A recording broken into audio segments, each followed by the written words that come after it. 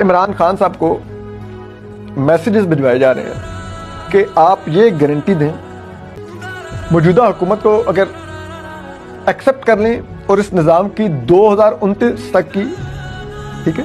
2029 تک کی گارنٹی دیں تو ہم آپ کو بنی گالہ موو کر دیتے ہیں، آپ وہاں پہ ہاؤس اریسٹ میں جائیں۔ یعنی کہ اب نظام کی ضمانت عمران خان سے مانگی جا رہی ہے جو جیل میں بند ہے۔ یہ ان کی حالت ہے۔ یہ کہہ رہے ہیں کہ جناب دنیا ان پر اعتماد کرے، دنیا ان پر اعتماد کرے جو جیل میں بیٹھے ہوئے ایک